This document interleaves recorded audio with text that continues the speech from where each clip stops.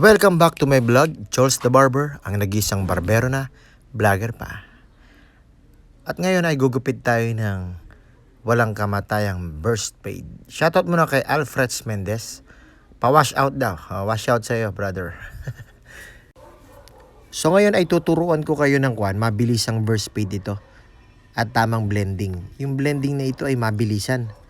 Lalo na sa mga ganitong mga cheap na na barbershop, ano? Hindi katulad sa mga high-end, medyo kakain ng oras yan eh. Okay, after natin gumamit ng 1.5 clipper overcomb tayo. So tandaan nyo lang yung mga ginamit natin ha. Tapos lining na agad tayo dito. Gamit ang 2299 na kemay natin. So ngayon ginawa ko dito, pasinin nyo. Medyo naka-slide yung detailer natin, no? Para ito ay shortcut ito. Sa mga baguhan na hirap na mag faded blending. Ito, pakita ko sa inyo. After natin gumamit ng detailer, ano tayo dito? 0.5. Pero close lever to, pasinin nyo. Ito, mabilisan ito, pero binagalang ko lang para ma-explain ko ng maayos sa inyo. Ayun, no? Napansin nyo, medyo halos nagbe-blend na sila.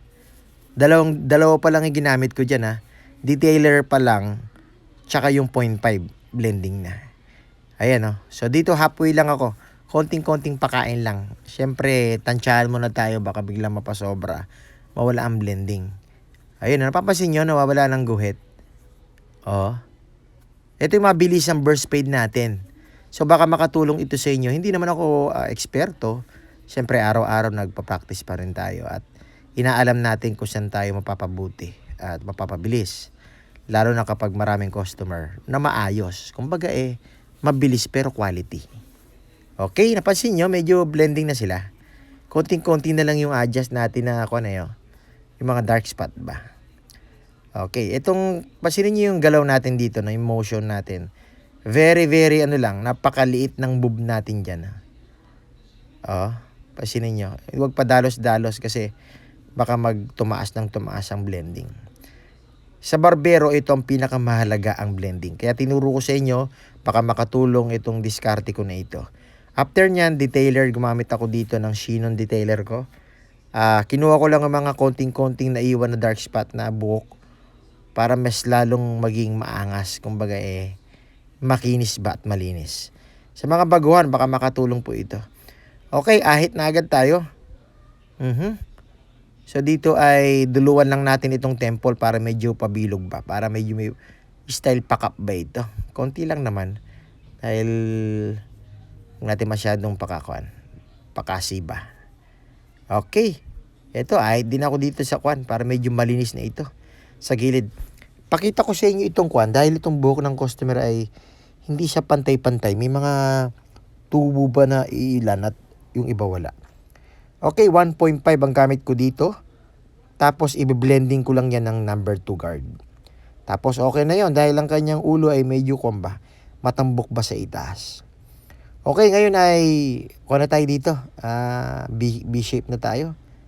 Okay. Ayos din, no? Para kunin na natin itong dahil para magkaroon ng forma ang ilalim. Ayun, sa formado na, no? Medyo gumanda, no? Kanina parang parang pangit tingnan pero ngayon ayos din blending na yan. Ayos. So ahitin na natin para mas lalong luminis. Okay. Sarap din umahay pero pansin ko talaga yung mga door ko ngayon napaka-purol Isang ulo pa lang kagad mapurol na. Okay, dito ay gumamit din ako ng plangketa. Lagi natin ginagamit yung plangketa na yan.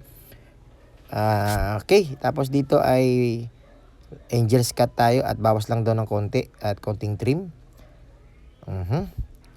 Ayos din pero formado na yun. Tining scissor at suklay. Okay, ito ang kanyang buhok.